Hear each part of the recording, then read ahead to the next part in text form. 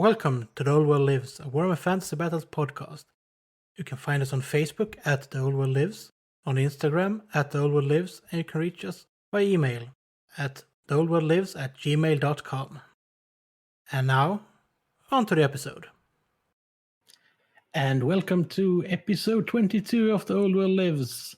I'm Christopher, and I'm going to start off with saying that we're sorry that it took a while since our last recording, but for some of us, this past month has been quite, not the best of times, so to speak. So with that mentioned, I'm going to just introduce the two other people that are here, except for you mean? Yeah, that's why I don't drink alcohol. It just ruins everything I want to say.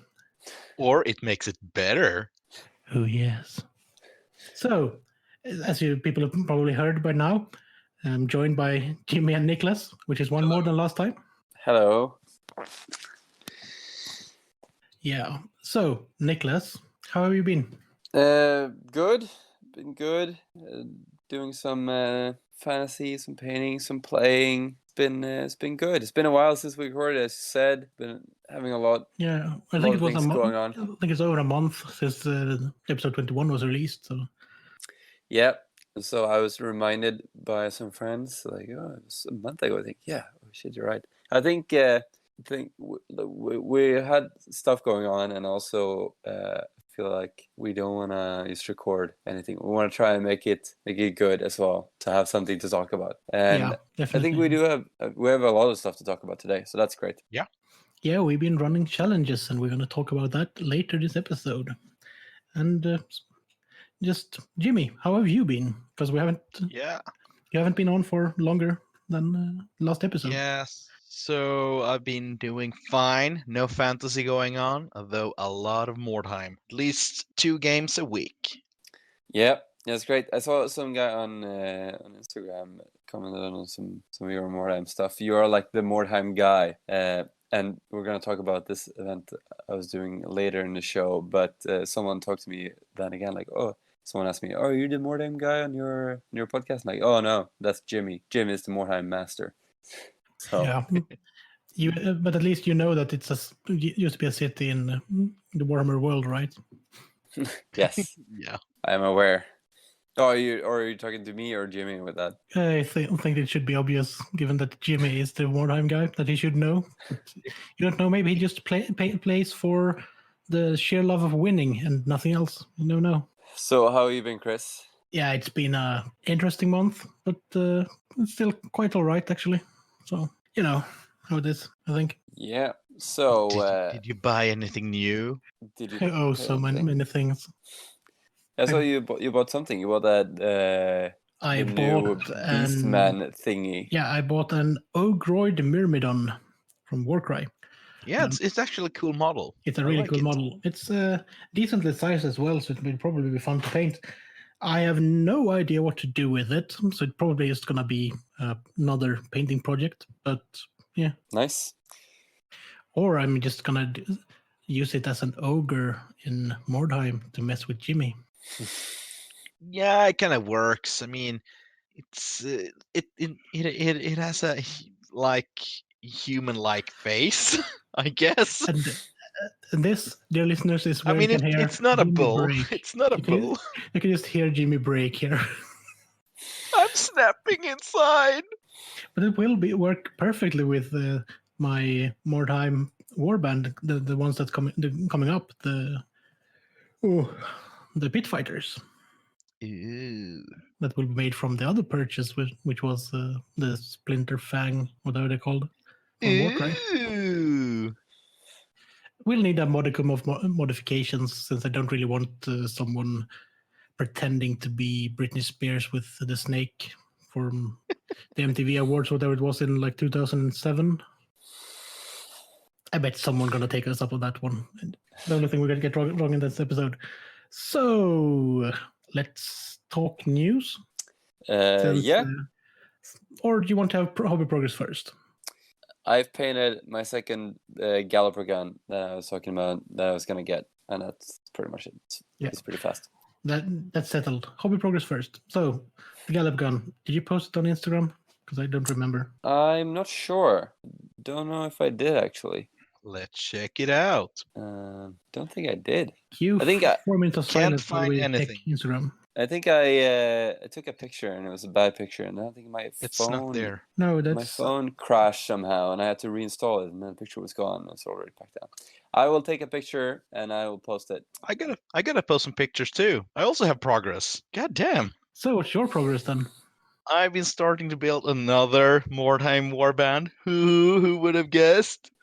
I'm slowly, mark my words, slowly building Sisters of Sigmar. I have 2 models built already. He's just saying that. He actually means that he has a lot of shadow elves. Yeah, I'm still just holding out for you to start your Middenheim project, but you keep making Mordheim bands. Yeah. Well, I'm not. Mordheim, At least I'm not making excuses. I'm making more warbands. yeah. Well, Mordheim, it's a great system for making warbands. You just if you have an idea, you can limit yourself to a few models, and you don't have to paint like 200 models for a project. So Yeah, but that's also Except I the buy that many models to just build like 5 or 10 models. yeah, that's true. it's also the greatest lie of Mordheim, that you tell someone, oh yeah, you just need maybe 10 models per warband, and they're like, oh, that's perfect. But then you end up like with 20 warbands because you just keep making warbands, and then Yeah, it you never end up with ends. an army size of warbands. Oh, the Yeah, horror. that's true. Yeah, that's true. Yeah. So But that's don't my you have a terrain project coming up as well in Mordheim? yeah. Or a new No. board that you were me talking about? Yeah, I'm kind of just paying people slowly to build me more terrain. That's about it. So you're slaving away to get that paycheck so you can pay for Yep. terrain, right? Yeah, you know it. I need What's to the get theme of my the board fix. We're gonna do some fishing village stuff, and so we're gonna play some Marienburg themed games eventually in the future. Might take 1 or 2 years. Who knows? Yeah, but it's worth waiting for getting that proper yeah. terrain sorted. Yeah. Nice. So, Chris, what's your hobby progress? I've completely finished one dryad of my core unit pledge from January. Nice. It's based and properly anyway as well, and the other ones are basically just waiting because didn't really get all of the bases that they ordered. I just got like 5, so I'm waiting for the rest of the bases to sort the unit. Well, Gotta that love one Postcode. dryad you painted is a mighty fine dryad. Yeah. Yeah, and I'm almost finished with my goblin thing, a diorama thing. Just need to finish the weapon for it. I'm sure that's been on at least the Instagram, what do you call it? The daily thing, händelser in Swedish. Yeah, the 24-hour one. Yeah. Let's just call it that. I'm not sure. Actually, it's also the background for the deadline photo of the conversion challenge that we ran. And I've also built a Treeman, which is nice. The plastic one? Yeah, it's a lovely kit. It's a really lovely kit. I got a second one that I'm going to convert a bit because I want it to be a bit more, well, not out of the box, so to speak. Some slight alterations, a bit of conversion here. Yeah, a bit of stuff here. Maybe just to make it a bit more sinister to have a Treeman with an axe. That kind of stuff. Oh, I've also bought more Loden Spearman, Loden Seaguard. Oh, right. So now I definitely can run a separate Seaguard list for about 2,000 points, which is nice. Cool. Yeah. So nice. glad purchases count to hobby progress. Yeah, me too. I mean, also... if this was a Necromunda podcast, I would have so many things to talk about. If this was a Necromunda podcast, I could talk about all of the gangs that I've planned and nothing else, basically.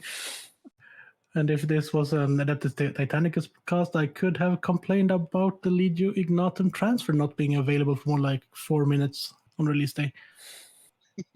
Because that makes total sense to have them as that limited as stock and not print on demand. Yeah, I don't know what's going on with Fortress transfers, like business model, but it's It's crazy.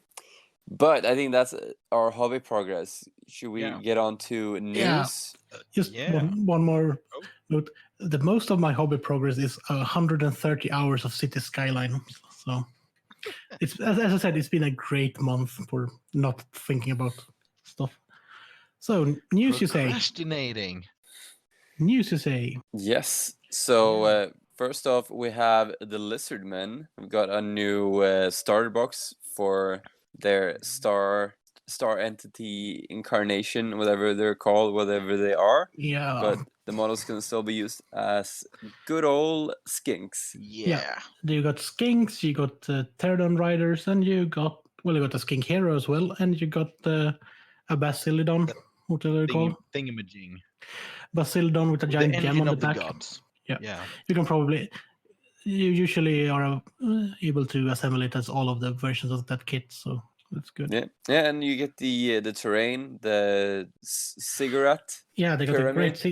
a great cigarette, which even got a proper vines model on it, so it looks really good and probably quite nice to paint as well. And it's an effective way of getting some more terrain on the table if you have a themed Lizardman board or Yeah. a themed Southlands or Lustria board, because there are Lizardmen in both. Even just one of them is like a nice centerpiece for a table, and two, then you can really fill up like a 6x4 table and just add some jungles, maybe a couple of ponds, then you got an entire table worth of terrain. And if you get that chaos terrain / endless spell thing from Age of Sigmar and put it on top, you can actually have a cigarette with a Stargate on it. Oh, don't tempt me, Frodo. Yeah, but as usual, they're quite a nice way of getting a boost to your force, if not just getting the core of your force, given that it's skinks and Pterodon riders or whatever they're called. So, yeah, speaking of boost to your force, Jimmy, talk about the Goblin one. Yeah, there's a upcoming box with 3 stone trolls. I don't know what these Troggoths are, but these are trolls.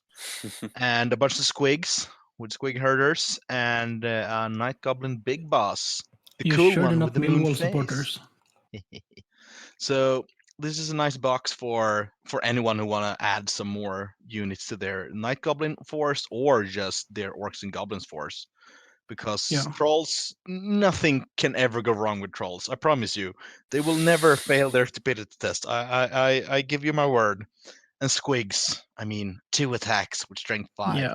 Who wouldn't want that in an army? Who wouldn't? You even got that lovely squig that eats a goblin on the kit, and you get as I said, the goblin boss that is the. I'm not sure what it is called, but that is the exact same goblin that I'm using for my little diorama. So this goblin boss, it's perfect for any big boss or war boss. You always want to give them a double-handed weapon, plus 2 strength. It's amazing. It kills so many guys. And if you buy 2 of these boxes, that's a unit of 20 squigs. It's gonna be balls expensive, and you're gonna have 6 trolls, and they will always succeed with their stupidity test, and you'll have 2 big bosses to whack the enemy down with their great weapons. So you can take like 80 goblin heroes. It's perfect. You can never have enough. Exactly. And you also get a really cool bagpipe blower, and what you can use for another hero in that kit, and you just need to get some. But you can also use him as a nice command or just as regular heroes. I could see the pipe blower as a BSB. Yeah, playing strange tunes instead of waving a banner. Yeah, psychedelic tunes. Maybe if it was playing it from like a big mushroom, I'd buy that. So spraying spores all over the battlefield. Yeah, invigorating the goblins. So both great kits. Yeah, if anyone owns like the Battle for Skull Pass part with the goblins, this is a great addition to that. And to be fair, the Battle for Skull Pass, both goblin and dwarves are quite readily available on eBay, Swedish eBay, and most secondhand sites or secondhand stores, because there were a lot of them sold, and not all the people want to keep them.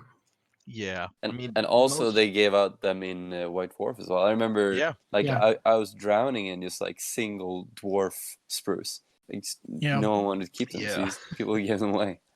So that's nice. Yeah. There was something sistery also coming out. The you mean Daughters of Cain? Daughters, yeah. That Sisters. it's not as useful a box for fantasy players. It's a great way to get a slightly more expensive Shrine of Cain.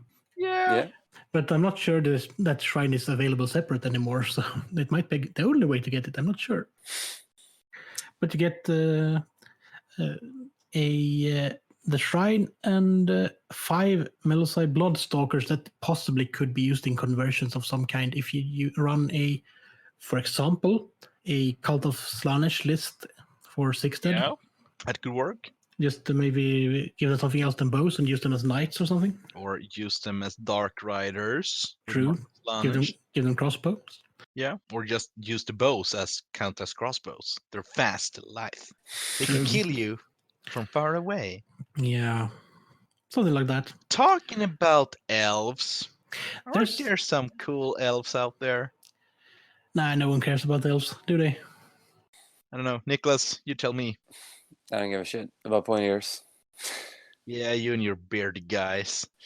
Yeah, so these new elves are coming out. They look pretty good.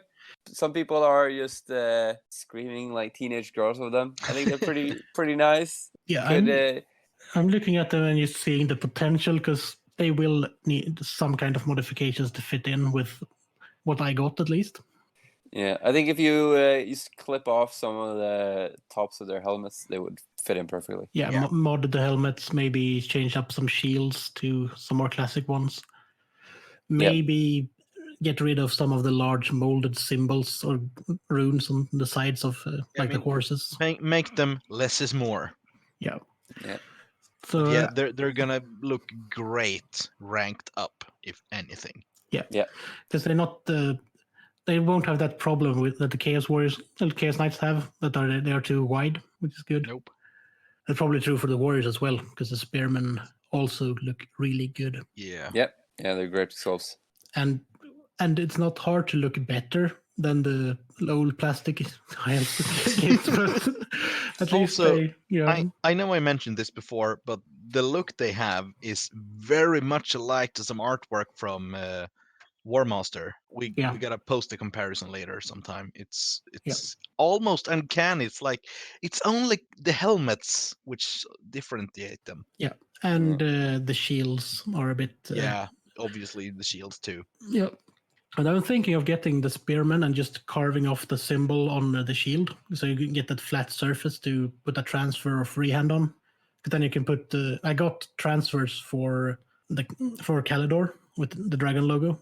So I'm thinking of just carving that up, filing it smooth, and then just putting the Caledorian dragon on the Spearman. Or he's using an old Hive shield. Didn't you have a bunch of those? I have all of them. I got old shields, I got transfers, but we'll see when they actually are there, because it might be easy to do it, to make it look good, or it might be too much work to do it on like 50, 60 of them. So we'll see. Smoothing 60 shields sounds like a pain in the ass. Shouldn't the shields from some of the Wood Elf kits works? I'm gonna check them out now. The Wood Elf shields are all molded as well. Are they? At least the ones I got, and I got the Eternity Guard ones. That's in the same as the Wanderers kit. Yeah, just use your old shields. You have them. It's perfect. They're a bit thick though, but they look cool. They're used to classic Hive shields. Yeah. Yeah, it depends on how I find them when I actually get them in hand, because it's probably at least a couple of weeks or more to go. And True. Yeah. Or also give them Stormcast Eternal Shields. You give them Storm Shields, you mean? Oh my god. I got a load of those from 30 and 40k as well. Just given maybe these found them on Albion. Yeah, the Terminator Storm Shields with the Crux Tornadoes in the middle. The Dark Elf shields, are they molded with the faces? No, the new ones are yes, the 6 dead ones aren't. Yeah, the six-head ones aren't. In general, the six-head shields are plain. The eighth-head shields are molded. Yeah, they from had the- those. Yeah, They are molded with the Yeah. Iron Warrior's face. yeah. And in the six-head, that was just a little bit you glued on the shield, Yeah. which, Oh, yeah. strange enough, had a People slightly always glue different them. curve. Yeah. Yeah, the curvature on the back was slightly different to the shield itself, so they didn't really fit. Anyway, they never really fit. It was brilliant. Why make it easy? Yeah, but there will be quite a lot of conversions, but just minor ones to make them fit well. Because the new, I'm doing air quotes here, silver helms, because I'm not going to call them what the G-Dubs are calling them. They look quite similar in style, but yet significantly different to the Illyrian Reavers from the Isle of Blood box. Yeah. So I think they will work, but they will need some toning back, just removing that tinge of Age of Sigmar on them. I think it's the same thing. Just remove top of the helmet, put another shield on, and it's golden. Yep. Yeah, and it will be great, because then I can run a full cavalry army. You too? You just need to find some... Well, it's not my fault, it's really good. You just need to find something to use as Dragon Princes, because hopefully they get some replacement for those as well. Yeah. If So- only there were Dragon Princes. Yeah, they don't exist anymore for some reason. Mm. So, what do you guys think about that Eltarion model they previewed? The armor, I like Yeah, it. the armor, Yeah, just I using the negative spaces. actually- it's beautiful. I love it. It's so cool. I have so many ideas with it that I want to do with Warhammer Skirmish or playing game using miniatures, but I also want to fill the empty spaces out with cloths and everything. So Yeah. there's an actual person in there. Yeah, and I love the pose and I love the style of the armor. It's great. it will be interesting to see when it's on spruce. You can see what actually is connected where, so you can see what needs to be filled and what can be filled without much difficulty. It's classic elf cowardice, not even being in the armor that you're fighting in. But that's the best solution. Just sit back in your villa, sipping on wine, eating grapes. Just have like a bowl of water next to you that you can see your armor fighting in. Not impressed. I was thinking of getting that one and using it as a terrain piece from some kind, just like an armor that's on a stand or That'd be or cool. something. Oh, I like the idea. Yeah. How about Teclis then? You mean the giant You mean thing, whatever giant- it is, Entaclus? Yeah, Teclis is just a wingman. Yeah, I love it that they used. Yeah, we need to release this lord for this faction, but we can't just release him and he is actually affordable. So we have to include a giant monster that doesn't really have to be there to make the price go up to like 1,000 And kroner. also like a massive rock that it stands on, so we can actually put it on like a It's a 100 very millimeter stylish base. rock. Yeah. It's a very So- stylish rock. So he's basically the unit filler of characters. Yeah, Yeah. Rel would be proud. Yeah. But I actually think that the Teclis, we really need to make that meme with Teclis as a comparison to that they did with Aladdin. Where they have Aladdin with his pants on and then Aladdin without his pants on. So if anyone wants to Oh, Google I that can't before we unsee actually it. make the meme, or just maybe we don't have to make the meme if people just Google that Aladdin meme without pants or something like that. It's in everyone's mind now. You Yeah. don't even have to make it. Because Stop it. Teclis got the same pants, just that he's floating in the midair, slightly connected to a giant. What is it, like a griffin with a swing's face or something? Yeah, some magical being. I have no idea. I'm just gonna put it like this. I'm glad I actually started a conversion of Teclis before I saw that. I just took a bit of a break to just see, oh, maybe they're gonna release a new Teclis. I'm just gonna wait and see what it actually is. And then I just, I'm probably gonna continue making my conversion. Although I wouldn't mind using the creature to convert a griffin or something, but Yeah. yeah. But then you probably wouldn't want to have a Teclis slightly connected to the wing Nope. floating in Nope, midair. nope. Why does he have a thing. large flying creature and still float in midair? Yeah, I don't know. It makes no sense. Well, because they need to show that he's important. He had to be on a 100mm base, but I he mean, could have if just you put look- him on it by himself. If you look Yeah. closely on Teclis, he looks like an owl. So is Larry King then? I'm not sure anyone else actually watched Letterman show here. No, okay. I guess there's Silence someone. I and guess there's tumbleweed. someone in mine or older, my age or older, that actually get this reference. Okay, Oh well, boomer. movie. Yeah. And we just got a message that says that Jens instämmer med föregående röstare. So we'll see what that is when we actually get to that part of the episode. We got one more piece of news for releases, at least, and this one is time sensitive, and that is the loathsome Ratmen and all their wild kin. Yeah. Rumors persist of an inhuman race that lurks beneath the lands of men. Known legends as the Skaven, they are said to be rats that walk like humans. They can't possibly be real, can they? They're just beastmen. We all know that. Yeah. Skaven of the Six. And anyone who says that Skaven exist will be burned at the stake as a heretic. Yep. But this is we're going to read the key features of the Warhammer or Games Workshop website, because I haven't renamed that to Warhammer yet. Probably will. So, key features: a Warhammer background book written by Mitchell Scanlon and available to print on demand for 2 weeks only.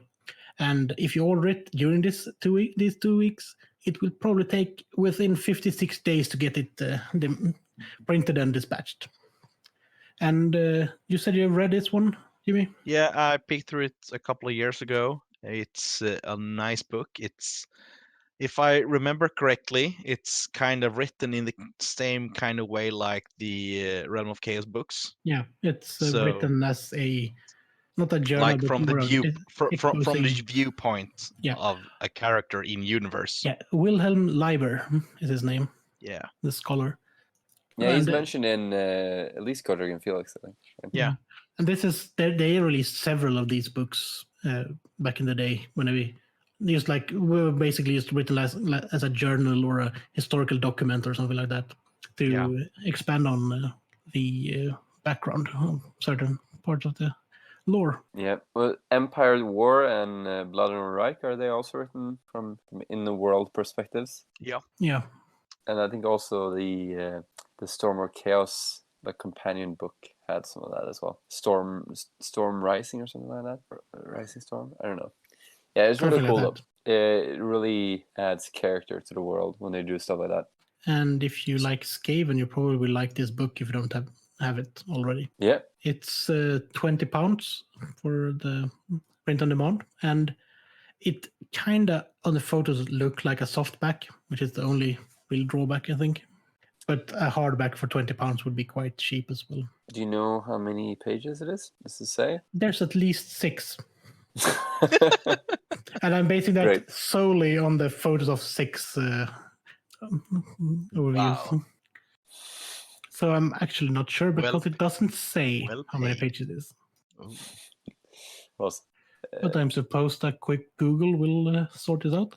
It was released in August 2004 for the first time, if anyone was interested. It's the old version was 96 pages, so I would assume this one is as well. yeah, all right. That's a decent amount of fluff. Yeah.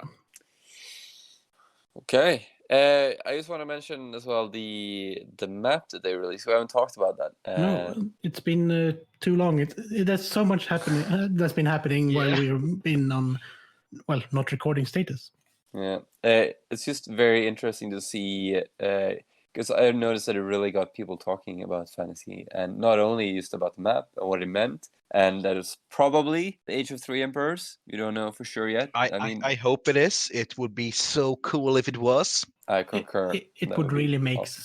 sense as a good timeline to put it in as well, because it ends with, kind of ends at least with a great chaos incursion from the north. Yeah, which puts Kislev in the center stage, so that would be perfect. Yeah, and it also And then would- Kislev and then Kislev is Ralph from Simpsons. Ha! I'm in danger. Yeah. Yeah, and then 3 elves shows up and saves them. So Yeah. that would be great, but we Yeah. don't know yet because they could just like retcon the story and just change whoever's ruling in that place. So nothing is definitive. Yeah. But it's I mean, really they interesting to retconned see. things before, so I think they will do it again. Yeah, I mean They they retconned the retconned it. entire Storm of Chaos. I mean, I was they gonna say, retconned. Talking about Storm of Chaos, going from Fantasy 40K, they retconned a lot of lore there too as well. Because in the original, it wasn't Lorgar that turned to chaos; it was Horus that turned all the traitor Primarchs to chaos. This is 3rd edition or 3.5 Codex edition lore. if you're gonna be like that, they retcon the entire old world into Age of Sigmar. That hurt my spleen. Let's just say they have a history of retconning stuff and they could do it again. So the Yeah. story could be anything. But it's really interesting to see people like reaction to it. Like a lot of people are just talking about the old world and like speculating what it will be, and it's fun to see. I have no idea. I don't want to bank on anything, but it's just interesting to see people thinking like, oh yeah, it's got to be like elves because it's fantasy, and some people saying, oh, it's got to be humans. It's got to be this and that. I don't want to bet on anything before we have more proof. Yeah, it would make sense that they set in the Empire at the start, given that the new version of Warhammer is supposedly called the Old World, if you go by the logo and what GitHub have said so far. It would make sense that it actually starts there and then moves out from there. Yes. Yeah. Especially since they showed us a map with cities of the Empire only. With some names and some places. It's gotta be something there. Yeah. And next is Lustria. Yeah. It just starts. It's just having a box with the Lizardmen and Clan Pestilence fighting, or even better, Lizardmen fighting some of the Lost Legion or something like that. No. It's gonna be the second war between the kingdoms of Ind and Nippon. Oh my god! Only using handgunner models. But we were just gonna say the map.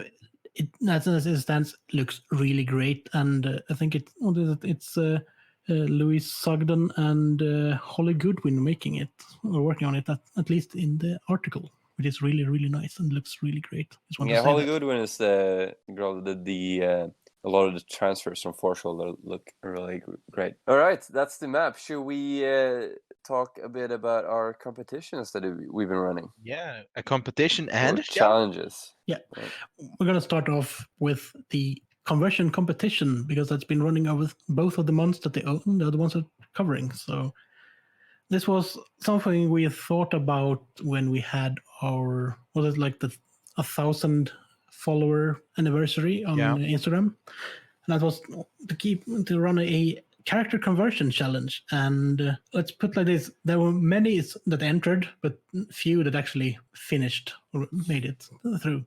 So there are men and women of my own heart. No one makes it because keeping to a project is stupid. That's just me. So we got 3 people that actually did finish. And if we, by chance, actually have missed someone, I've tried to look everywhere that we posted it and to find someone that actually participated and finished. Because as I said, well, a lot of people that started, not that many that actually finished.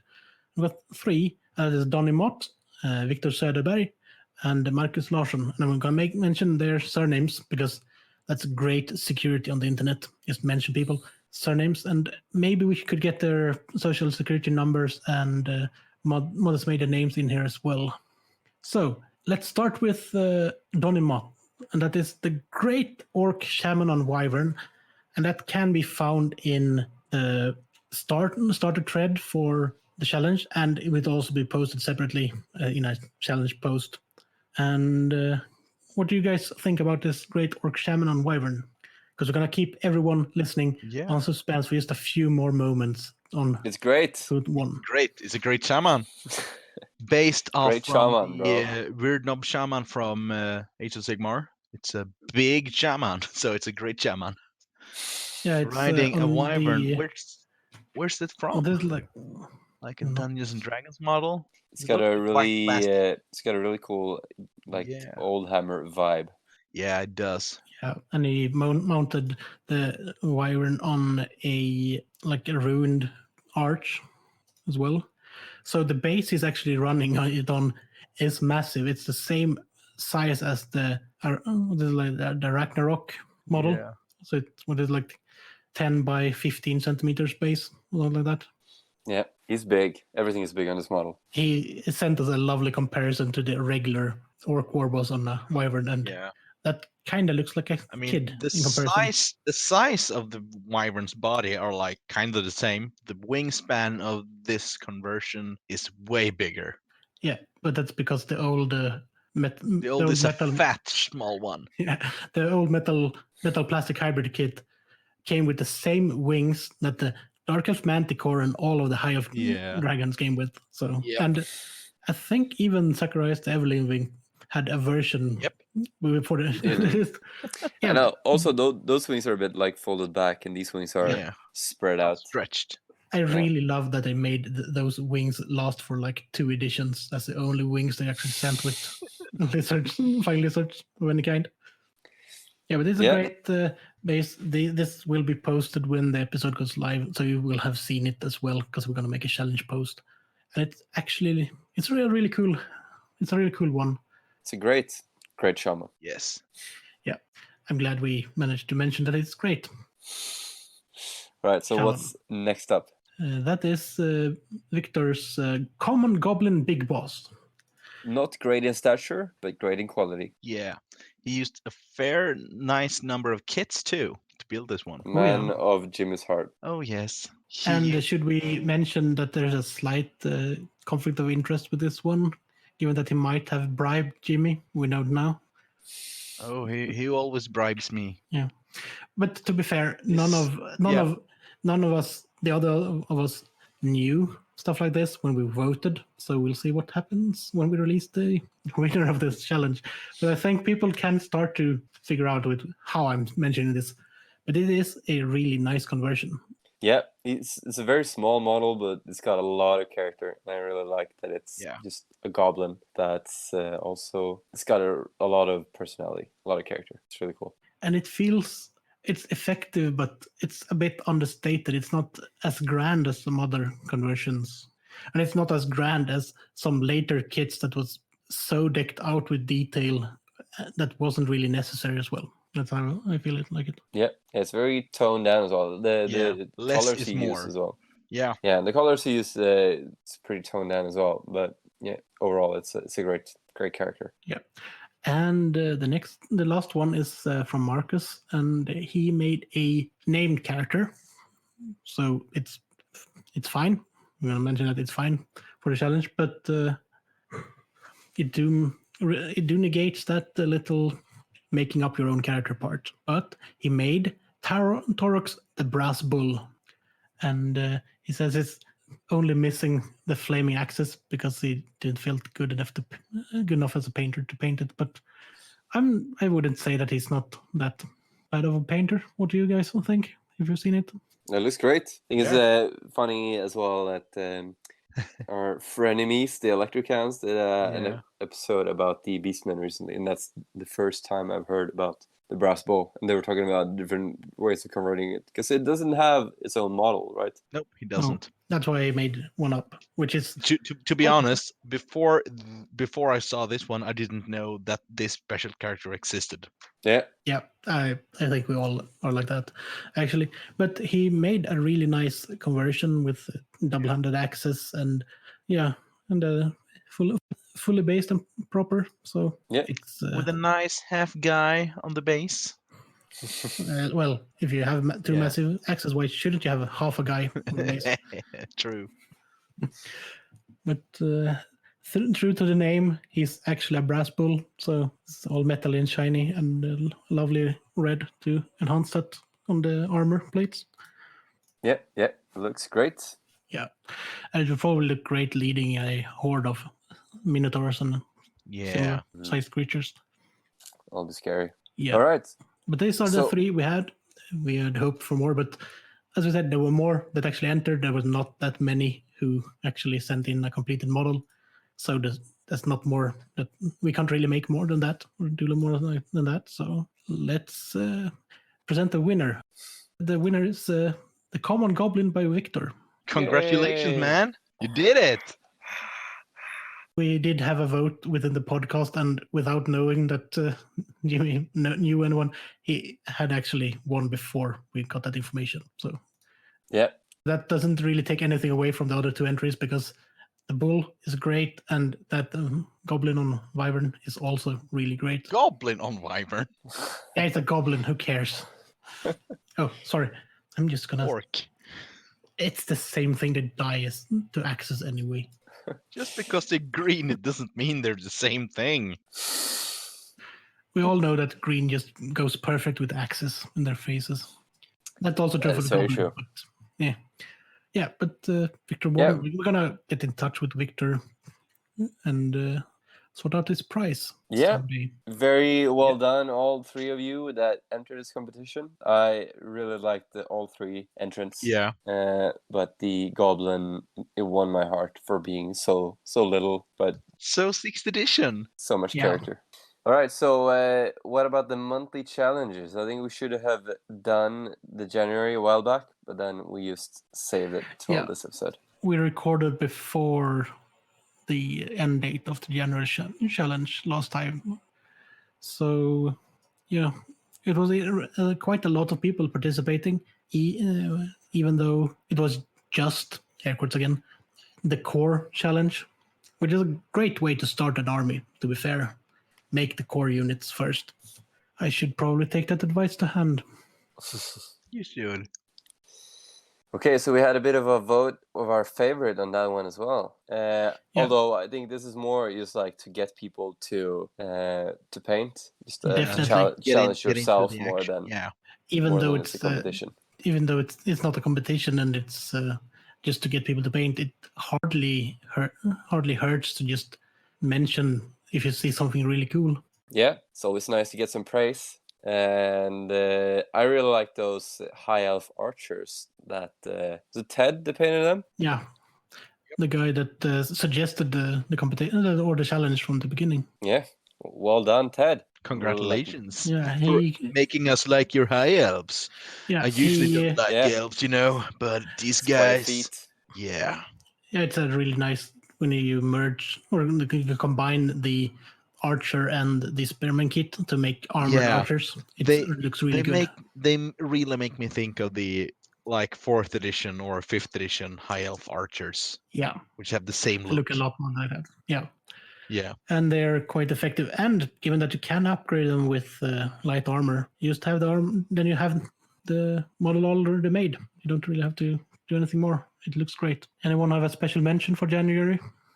Yeah, there were some other nice units. Can't remember the names of them, but there were some nice Empire guys, some nice orcs that I saw. Yeah. Then when Yeah. there's weird Skelebrows Yes, from yeah, a certain they- DTA. Yeah, Yeah. but that they are automatically disqualified for being from Australia.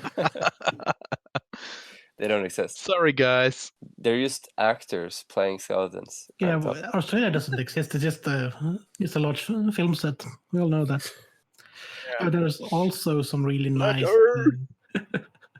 There's also some really nice foot knights. I think it was the Reichsguard foot knights from Ulf. Yep. Posted. Yep. And some orc boys and loads of stuff. If we haven't mentioned you, it's probably because we are about a month and a half behind on this update. And going forward, we promise to be a bit more alert to actually everyone that's posted. So, or at least I promise that. I can't really talk for anyone else, even though I usually do. We will try our best. All right. So the second challenge that just ended a few days ago, and The special one. Yeah, it was a very special one. So for February we had special choices, and we had only 2 people this time finishing this one. Yeah. But they are both great, so I'm not angry Yeah. with that. One is really classic looking, which is the orc rocklobber. Yeah. And So that is a model that at least I used to look at in like White Dwarf and on the website. I kind of want one of those. They're really cool, but I don't really play orcs. I Or actually goblins. forgot how many I have. I could check army You have mode. endless. I remember like just counting endless of them when we played our siege battle. You have at least Yeah. 4. I think it's 4. I gotta recheck here. Yeah, this is such a great model. Like all the goblin crew got so much character, and the bully is also so great with that like its cape and the eye patch and everything. Yeah, it's That is also one of like my favorite. he's too battered to fight, but he's not too weak to build some goblins around. Yeah. And that one was from Ted as well, as the guy that made the cool archers. And we Yep. got the other one is from Ulf, the guy that made those cool foot knights, and that is a Yeah. really, really great cannon. Yes.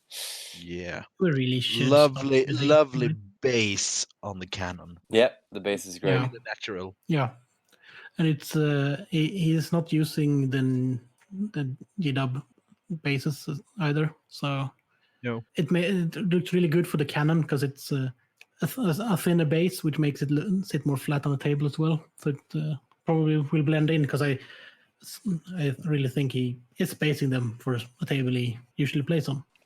Yeah, it's really nice because you get a lot of equipment with the cannon as well, and it really makes it look like a diorama. Yeah. That's what's really great with some of the kits for artillery pieces and stuff.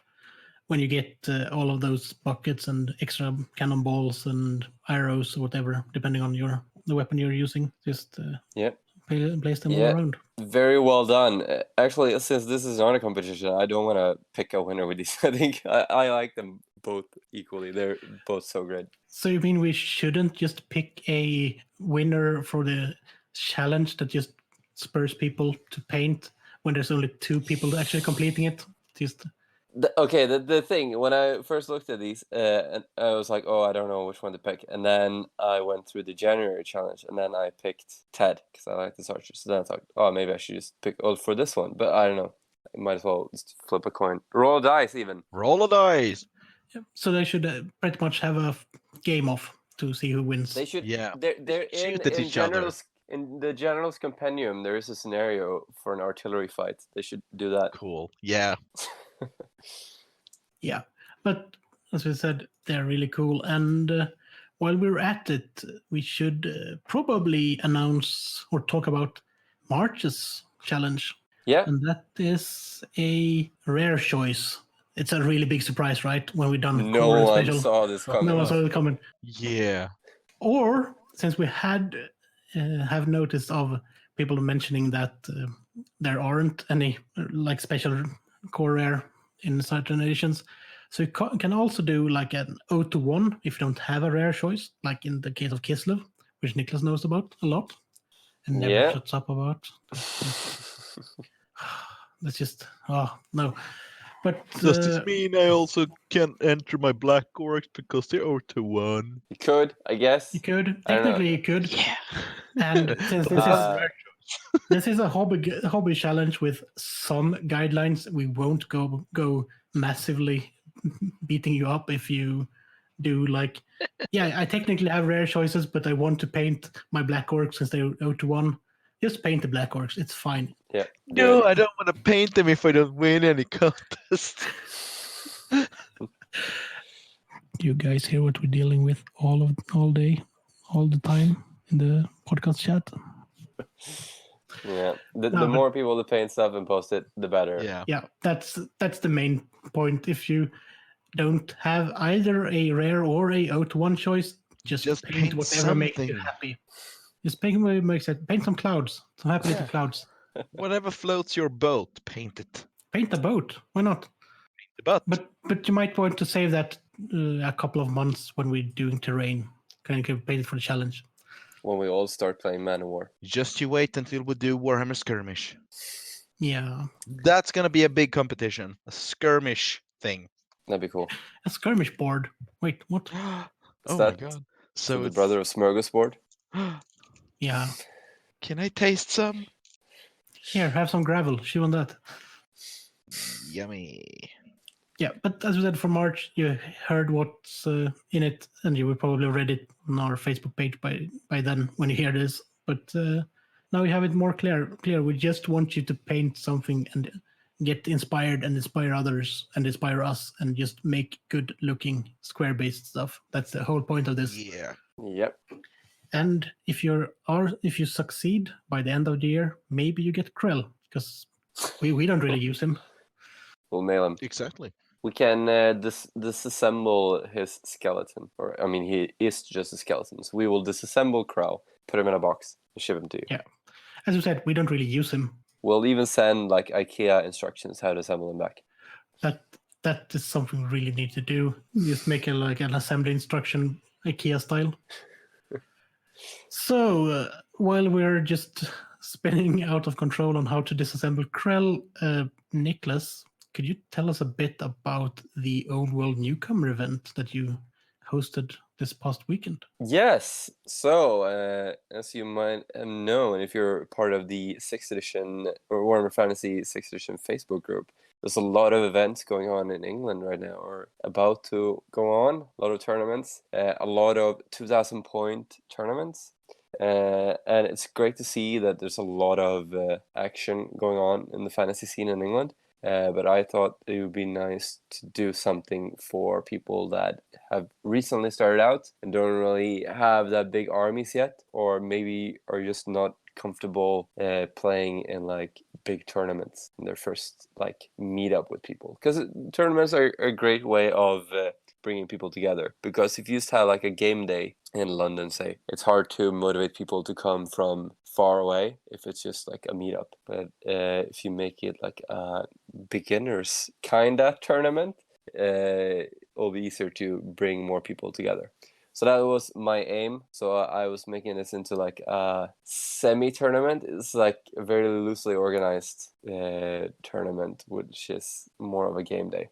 So we had prizes and stuff, and I booked this game store called Darksphere, booked some tables there, booked it for 20 people, and we ended up with 12 people in then, I think. And it was very unorganized. Like, I'm gotta be honest, I'm not the best organizer. I think I have some cool ideas for events, and I like to bring people together, but actually organizing people or checking who's actually coming or what they're bringing, I'm not the greatest at that. So my hopes were just that people would come, I would organize them to play with each other, and it would just kind of work itself out. And it did. So that was great. So we had, as I said, I think it was 12 people, maybe it was 10 or 12, or maybe 12 with me, because I had to step in and play a few games. And we started off at 10:30, and people kind of came just one after the other. Not everyone was there at 10:30. But I just matched up the people that came. Then 2 more people came, so I matched them up. So there were no fixed rounds as well. So I just kind of matched people up. And then when people were done playing their game, they would go off and eat. And then someone else would come in, and then I would match them up. And then I would just write down their scores from their games and add their totals together to nominate the winner. And most people played 3 games. Some people only had time to play 2 games. That was fine. I think this one guy, Simon, actually had time to play 4 games, so that was great. And Simon wrote to us like the day before if there were still spaces, and there were. So he came along, and that was the first time I had met him. The first fantasy event he'd been to in years, I think. And he had some really cool Empire with some Dogs of War models, like what were they called? The pikemen with heavy armor. Do you remember what they're called? Rico's Republican Guard, I think. Yes, those guys. Then you have some Marcino Miragliano as well. It's really cool models. So it's great meeting him. And he actually went off with the Best Sports Award. So that was great. Nice. Nice introduction to the community. And this guy, Luke, showed up with his awesome Chaos Army. He was also at the Bringing Back 6th Edition tournament. Where my army actually beat his army in Best Painted, which I thought was like, I kind of felt like stealing his award a bit, because his army is amazing. It's like only painted in very stark, like neon colors, like neon yellow and neon pink. It's incredible. Yeah, and he won Best Painted at this event, so that was great. And Joseph, we just learned about internet security from Christopher. So I won't say his name, even though everyone knows who it is. But Joseph, who organized the Bringing Back 6th edition tournament, went off with the first prize, and I think his Lou came second. Can't actually remember the top placing people. I can only remember best painted, best sport. Sorry. Typical you. Yeah, and so the awards were army books. I just bought 6 army books, or 5 army books, and the Storm of Chaos book. Nice. And people got to pick those as prizes. I think that was a nice way of just spreading more fantasy, just useful stuff to just flick through, maybe start a new army. Yeah. So yeah, that was pretty much the event. Just like a more structured game day with some prizes. Yeah, it was great. Some new people, at least 3 people that I haven't seen playing before. That's great. Yeah, that's it. That sounds good. Yeah. Do you have any other events like this planned? So I haven't got any events planned. As I said, there's a lot of tournaments going on in England. I know Joseph is organizing some games at the Warhammer World. He has this great idea of a lot of people going to Warhammer World and playing fantasy. I don't think you can take over those tables. Yeah, I don't know if you can actually book tables there. That's the problem. But if you can't, then we would just flood it and try and grab as many tables as possible. Yeah. But then that there's a bunch of 2,000 point tournament organized in England this year. I am going to one in June, I think, is the next one. I'm going to one now at the end of March as well. It's called the Charges to Declare. Okay. Not all the Seraphon temple fleets have stayed in Azir. Many have descended to form permanent settlements in the mortal realms, using vast realm chamber engines to transform them into choking, inhospitable jungles redolent of their long-lost home. Okay, that was the random space lizard trivia of the day. Yeah, they're not sure that they're actually lizards anymore. Some of them are just star ghosts or something like that. Everything is a star ghost in Age of Sigmar. Yeah. But let's not end on a downer. Let's just end if we want to go down that route. Okay. So, Chris, before we end this, will you be attending this weekend at Jen's place playing Mordheim? I've been thinking of it. I'm not sure. It depends on if I can stomach traveling on train again or not. But but I have that. Come on. It's either that or stay at home entirely alone because my fiance is away skiing this weekend. So if there's any snow, that's no guarantee for that either. So they might just be sitting in a cabin in the woods. Join us for some drinks and some dice and some dead guys. I thought we agreed on that I never drink. That's painfully obvious this recording, isn't it? You can watch us drink. And videotape it and hold it against us. That's true. I'm just gonna sip a bit. Blackmailing. I'm just gonna sip a bit on this rum and coke. So I'm looking forward to the pictures and the embarrassing videos from this weekend. We all know there won't be any pictures because neither Jens nor Jimmy is adept at remembering not taking photos.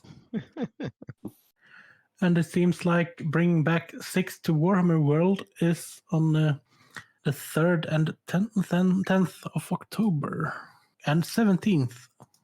And 5 other times, so it's quite nice. Yeah, I think he set a bunch of dates because those are the possible dates because they don't announce if they have any tournaments or events. This is true. They probably will announce some of those events in May when they have the open. They were called the Warhammer Fest. Everyone just keep your October and November completely free to be ready to invade Warhammer World. Yeah, just if you don't live in the UK, just buy one of those plane tickets that you can change for free and just have it updating depending on which weekend you have to travel. Yep. That would make so much sense doing, right? But this is probably it for now. There's no more news. There's no more anything. And we have to start planning our next episode that hopefully won't take over a month to get released. I say hopefully because, well, you never know. I even heard that there was a small chance that Krell would have been on this one, but then he cancelled. Bailed on us because And of there was even plague. Yeah, so he says. There was That's also what he calls his children. Yeah, that was actually what he called his children. We weren't supposed to say that, but he did call his children a plague. We're gonna hope that no one that knows him personally listen to this, right? And Jens said he were. The child service picked up his kids and he had to divorce his wife.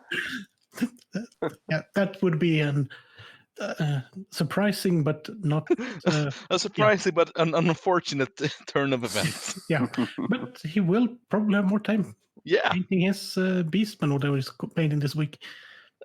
And Jens did have a small window that he might have been here tonight as well. He did do send his regards, but he managed to catch that Road to Thramas teaser, and then he saw the Deathwing, and we lost him. So we lost him to the traders. Pretty much.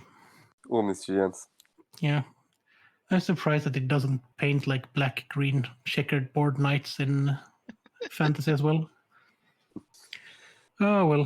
Do you have anything else? Or are we just stalling at this point? I'm going to keep stalling. Fair enough. Yeah. So, how about relaunching the Warhammer The Old World as just 8th edition again? No thanks. But it would be so easy. Everyone already that's owns going those to be books. A hard pass, Karen. Everyone already owns those books anyway, so you could just make a like the Age of Darkness rulebook, and then you can just use the old codexes or army list. If I wanted that game, I would just play it now, and I don't. That's all I have to say. Just gonna do a shout out to the latest episode of Electrocounts here. We love you guys, but it was a bit. We love you guys, but we don't love you that much. No, we love you guys. You're cool. Yeah. You're cool. At least you use square bases. And we really are looking forward to seeing all of those elves that Renee is painting. Yep. I expect to see him naked soon. Oh, you haven't? Totally unrelated, though. I would just like to point out to the elves. Time have ended, and the realm of elf, dwarf, and man shattered. But in our hearts, the old world lives.